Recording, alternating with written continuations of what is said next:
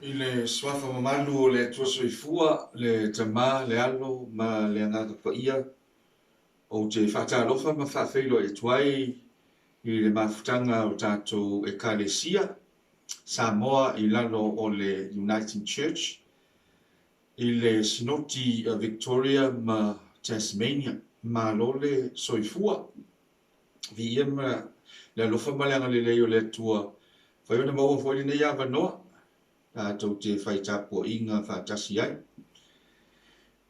ia e ui lava i le tatou le mafai ona tatou mafuta faaletino ia le talitonuga ma vea lava nei auala i le social media e mafai ona tatou fesootaʻi ai ia ma uai avanoa a tatou te tapuaʻi ai faatalofa foʻi ma faafeiloʻi atu le paia maualuga o Samoa ua mafai o uō ma aumea mamae o uso ma tofafine iā keliso fai ona maua mai ia ma fesootaʻi mai ia e ala i lenei sauniga lotu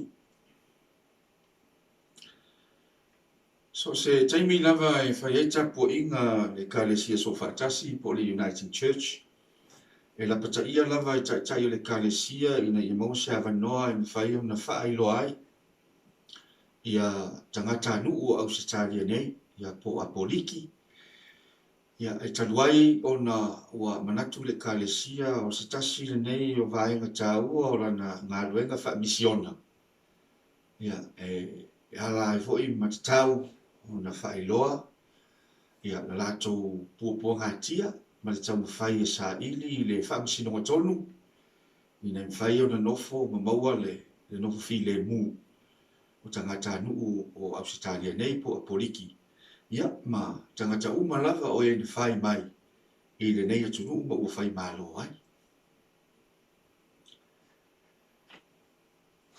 tatou tapuaʻi atu i le atua o maia alalaga ma pepese ma tatou ave le taulaga o le tapuaʻiga i lo tatou atua o lē na alofa mai e ala iā Iesu Keliso ua tatou maua ai le faaolataga come let's sing let's rise and worship and give thanks to our God who came to give us salvation in Jesus Christ, his Son, our Lord and our Savior. O lea tātou pepese i le pese lea e o se lau ono sifuru ma le lua e whaaulu talaina o le fia o le ekalesia.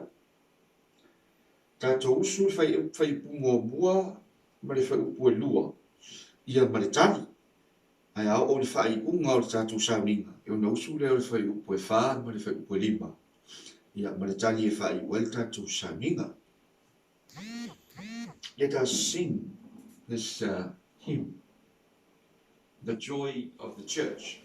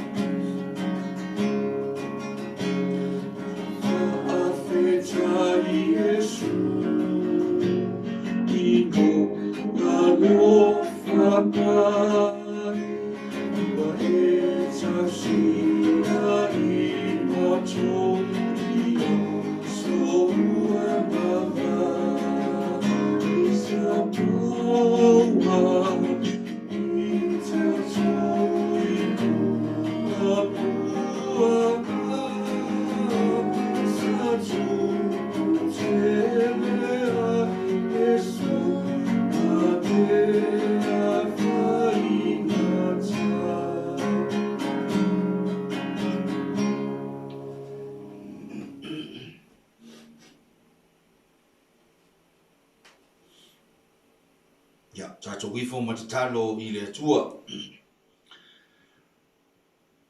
Le atua lo mātou tama, le atua lava oe o le alofa, ma le alofa muti vale. Le atua oe o le nafio mai ala ia Yesu Keliso. Au mai le whaaolatanga mo le whanau tangata meise lau fofoanga ma le si o manga. O mea umana e whaia i lo lava mana, i le poto ma le lei atotoa. O le tua oe a mātou mau ma oe e te saidi, ma e toi tai mai mātou i a te oe i le mafutanga lindo. A mātou se sefo i māngsala, e le tuai lava o na e alofa mai i a te i mātou, ma whātonu tonu i o mātou wala lava. A whtai ni awa no tā ua, pa ina mātou maua e osi ai le tāulanga o le tāpua inga i a te oe. Le wila mena fisoa ina i mātou le tele o whaafita uli ma whainga tāo le olanga. Ai mā lo pule whaafitai le atua i lo alofa. Maua pe i mātou le ola, i lau taita inga, i lau leo leonga, ma lau tausifa mai i a te i mātou e lea ua. Ina ia susa mana mātou tāpua inga i a te oe walona e si la fia. Wa ese a wala o mātou whaanga ina, mātou te whesota i ai, le mea sida na tā ua, maua le awanoa i mawhai ai o na mātou mana tu nātu while mu, pe pese ma whaanongo longo i la wafio. Mori mau i a te oe malo while ngalo ma le tala lele. Iu ia ia whaingata, ai whaafitai le atua i leu teita i ngā lofa. Ua pe i mātou au mea lofa ese, o no lou lava lofa tūnoa. Whamanga lo i mātou.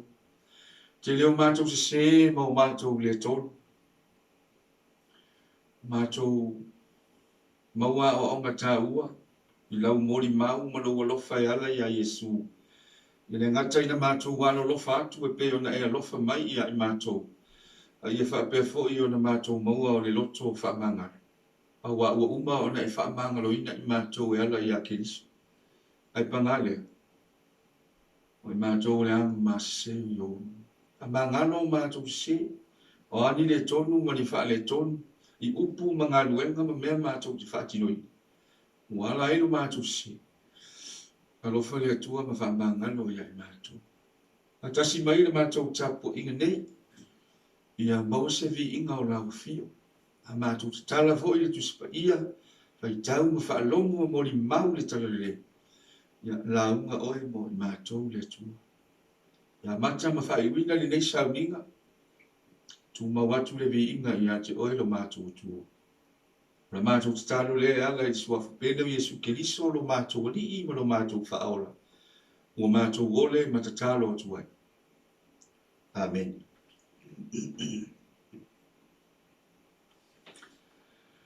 Ia o le taimini nei o le whaitawina o le tusipa ia. Ia wala watu i le sunga ni whaife au i a timkisa. Ai ona whaitawina le tātou tusipa ia i le sa.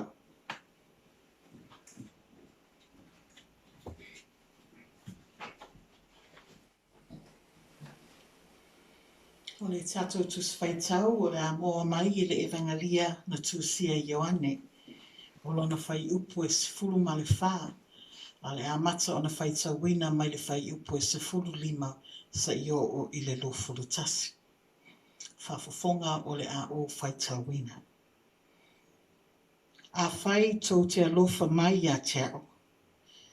Ia o tō tausi mai ia poloa inga. O te whai atu fōi i le tamā. O na fōa i mai le e ia ia te o tō le tasi whesosoani. Ina ia tu mau pēr ia te ia.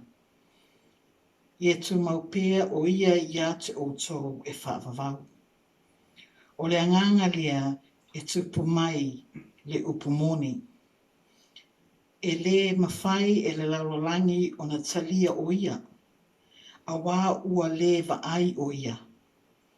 Ua le lo foi o ia. A o oto ua oto loa o ia. A wā e tū mau pea e tū mau pia ia te o tō. E iai fo'i o ia i te tonu ia te o tō. O te letu ua o tō o mātu oti. O te sau ia te o tō. E toi titi ona lewa ai mai lea o le lalolangi ia te a. Aewa ai mai pia o tō ia te a. O te ola au. O le mea lea e ola ai o tō. O le aso e iloa ai e o tō. O te tonu i lo tamā. O tō fo'i e te tonu ia te a. O au fo'i e te tonu ia te o tō. O le o ia te ia polo inga ma tausi iai. O ia lea e alofa mai ia te a. O le alofa mai ia te au. E alofa ina o ia e lo tamā. O te alofa fo'i ia te ia.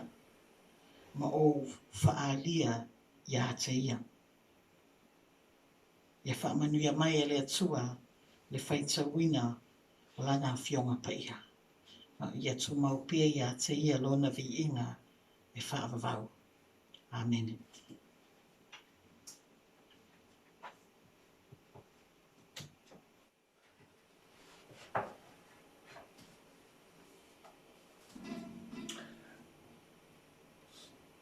O le sini le nao mawhauwhaunga i le nea susa.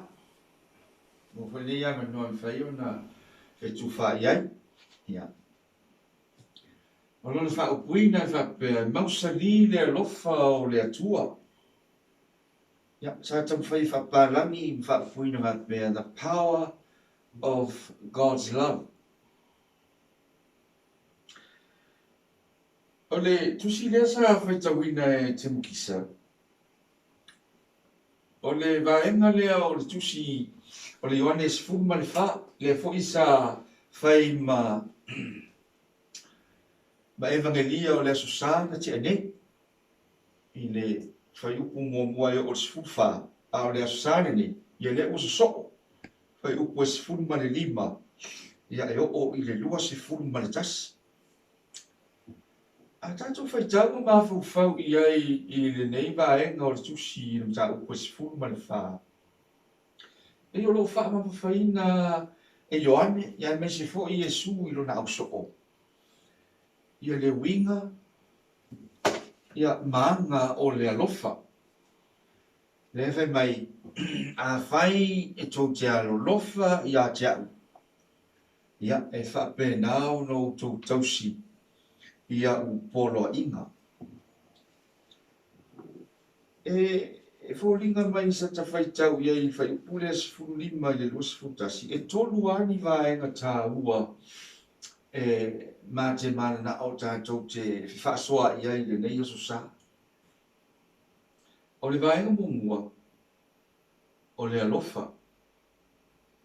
Le alofa leo le tua e ala i lona alupele o Iesu Keriso. Ia lea sa soifua mangalue ai Iesu. Ma o atu le alofa leo le atua. I ona au soo. Ia mai uma o e sa muli muli. Ia mawha longo longo ia na o au. O le vaenga i lua o le tāwai le fesoa soani. Ia po o le anganga pa ia. Le whai mai Iesu. Ia o te alu i lo tamā. Ia ai a wina mai le anganga o le upu moni. Ia po o le anganga pa ia. O le avele na e whai ma fesoa soani e tai. E leo leo. Ia ma pui pui i ate o tō. O lona winga e wha wau wane mafutanga lea a Iesu ma lea tua. Ia meise ia o na tamat. Ia ma le vaenga muli muli fia whai e se ta ua se ta wha soa inga ni nei aso. E pe o loo ahatangi ai le tautala o Ioane i lona nuku. E pe tau ma whai e o pongi ma. Ia vea o se nuku e ngaru e whaatasi. Ia vea o se nuku e whetausia. Ia vea o se nuku e lofa le tasi le tasi. Ia po o le whaupuina le tātou ngana, o le whearo wha.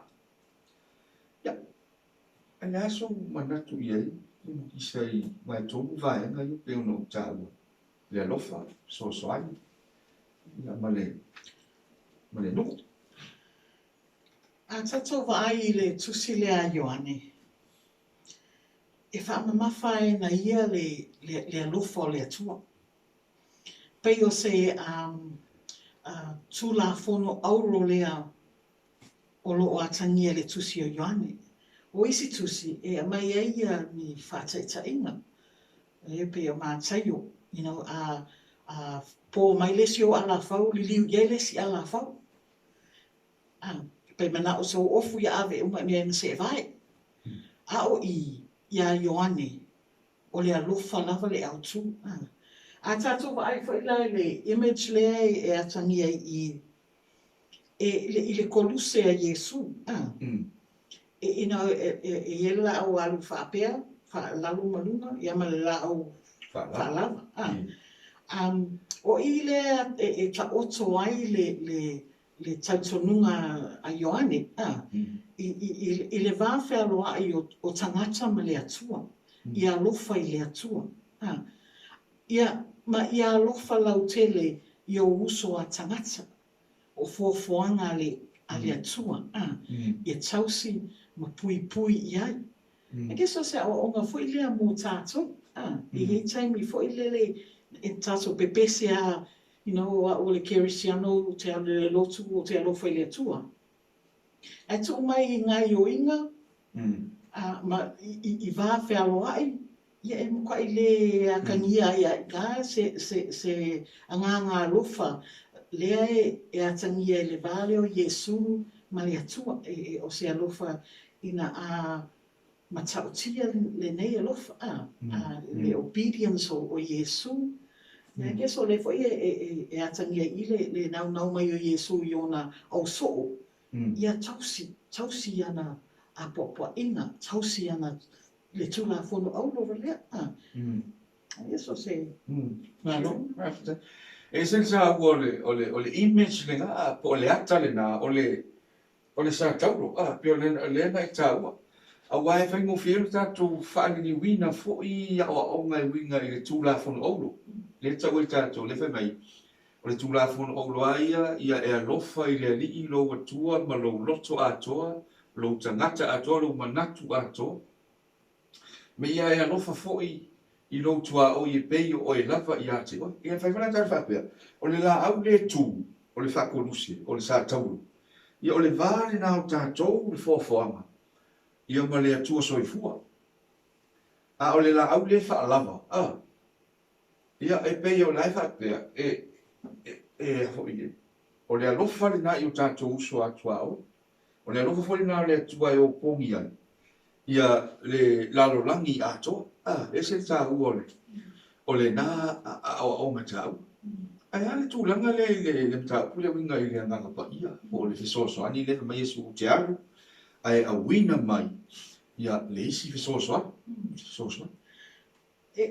It's interesting I le tusi le a Ioane, because ele o whapea mai e a wina mai le fisosoani. Ai a wina mai le si fisosoani. So, o Yesu o le fisosoani le na whio ai, ma whaia o a onga, I lana misiona I le laulangi. O le sila fisosoani le la a fōa I mai pe a maliu Yesu. E continua le sense le, you know, I am the way, the truth, and the life. Ia le atangia I.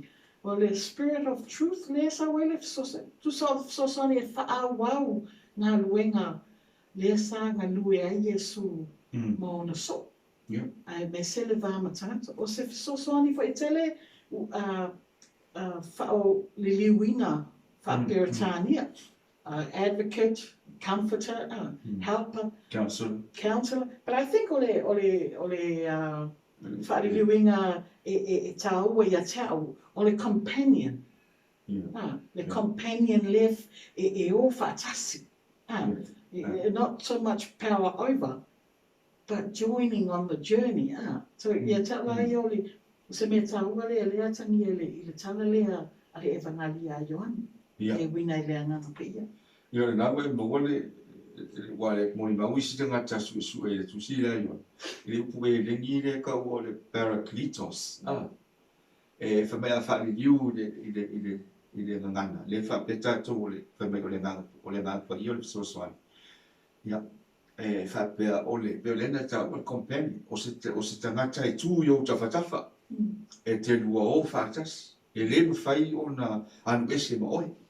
E se tā ua o le nā ata. E whaatata ina o le ngā luenga a le nganga pa. Ia mare manatu o tolu i le tūranga i le no. Po o tangata uma. Po o le au soko. Ia po le ka le sia fo i. Wa tātou manatu o le si ngoa le whae ngoa i le ka le sia. O le tino o keriso.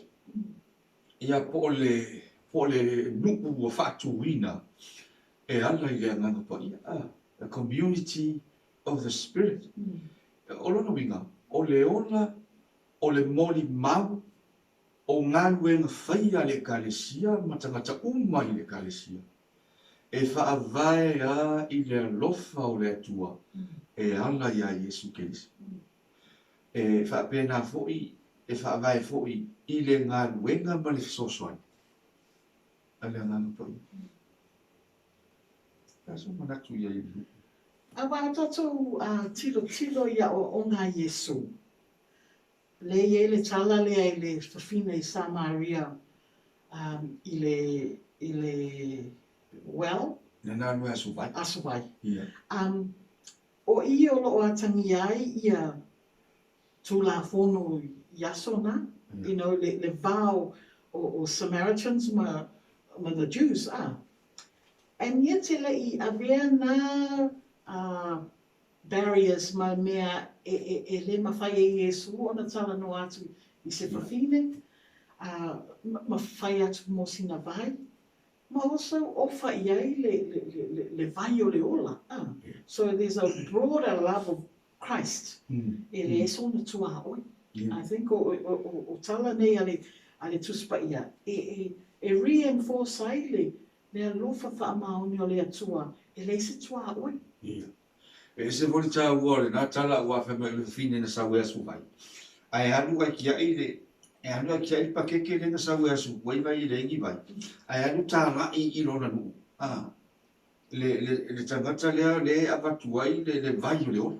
O Yesu lea. E whamai na toi fo i mai le tō te leo tangata. Ma whaalongo longo, ma mori mau.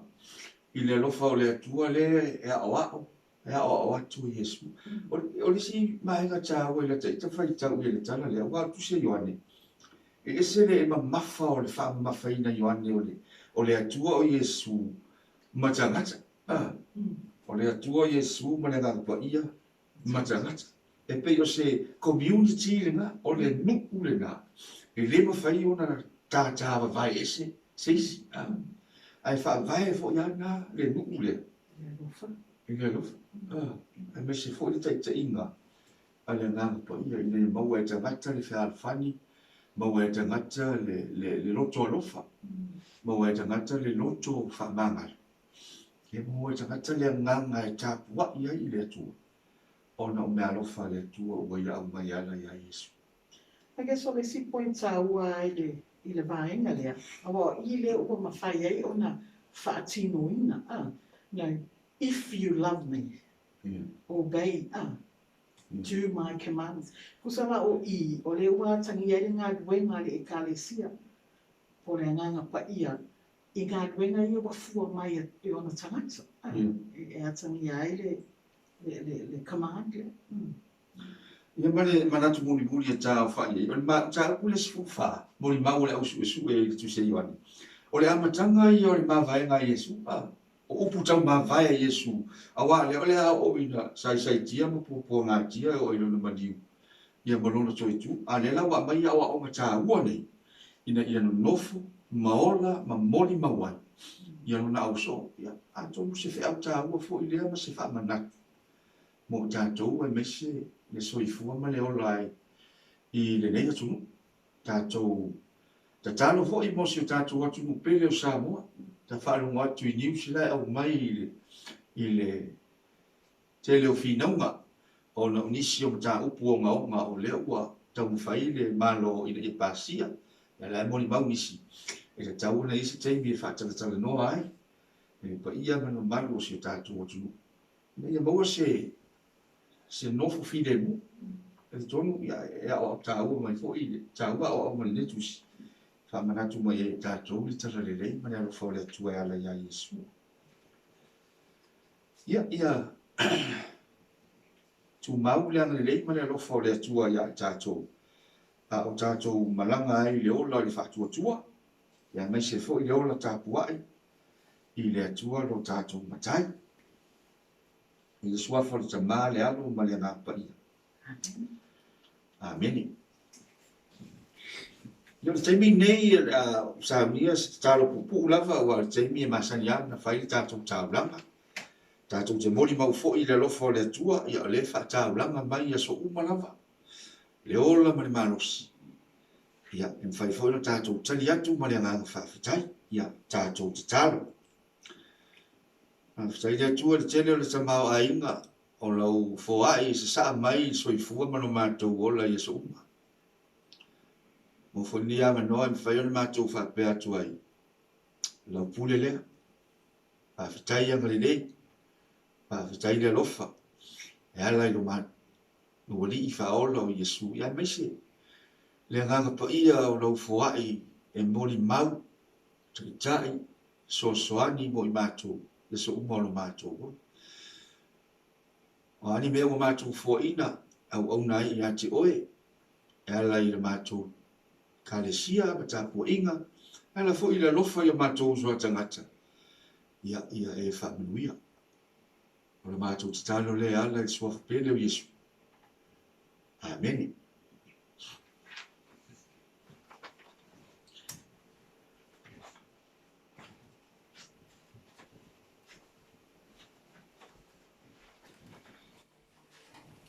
Tatou te talo I o Manaonga.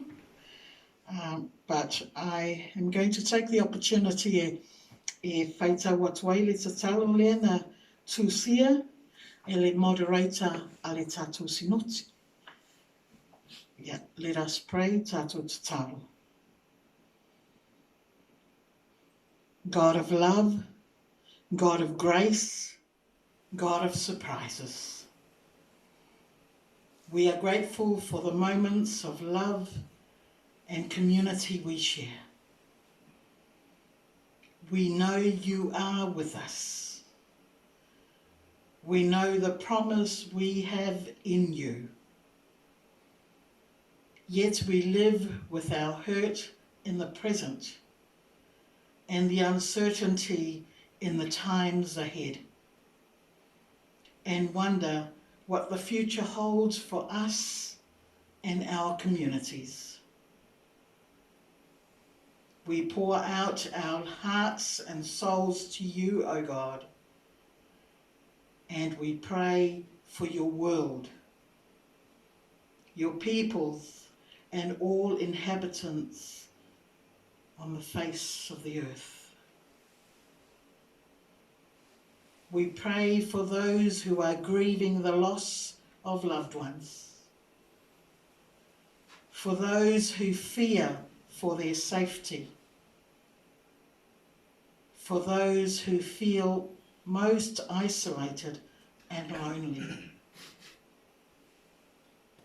We pray for those who give of themselves to support others, the healthcare workers, cleaners and teachers, truck drivers and delivery personnel, pharmacists, grocery sale assistants, phone counsellors, personal care assistants, those who prepare meals for emergency food relief.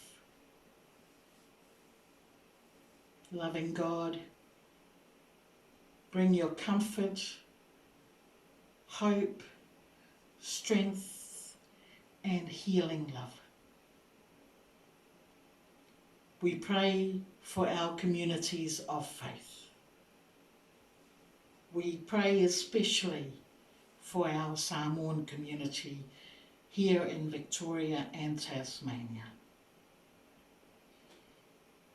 We pray that we may be beacons of hopefulness, of promise, of peace with each other, and of inclusive love for our neighbours.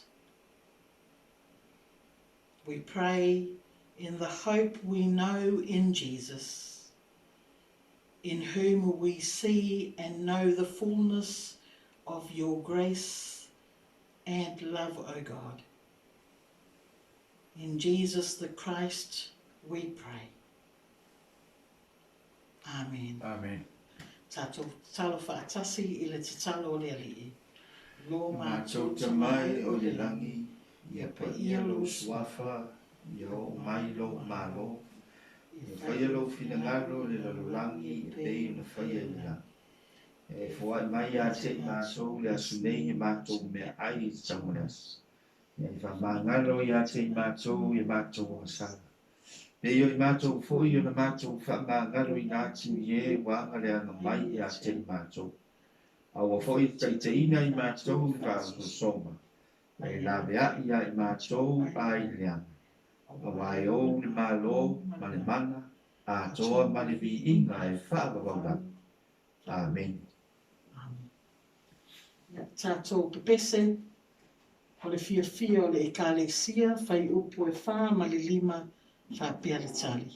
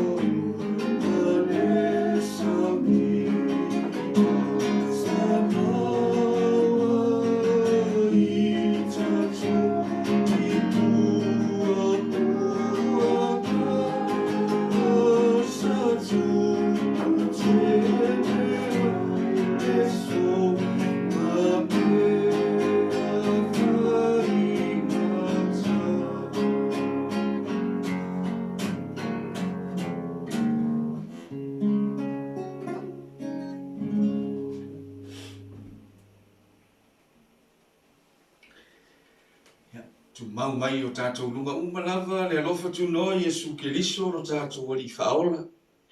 Le anga le lei whai pēha o le atua lo tātou matai. I le male mafutanga ma le ngā pa ia, nei se I o I le whaavavau lava. Amen.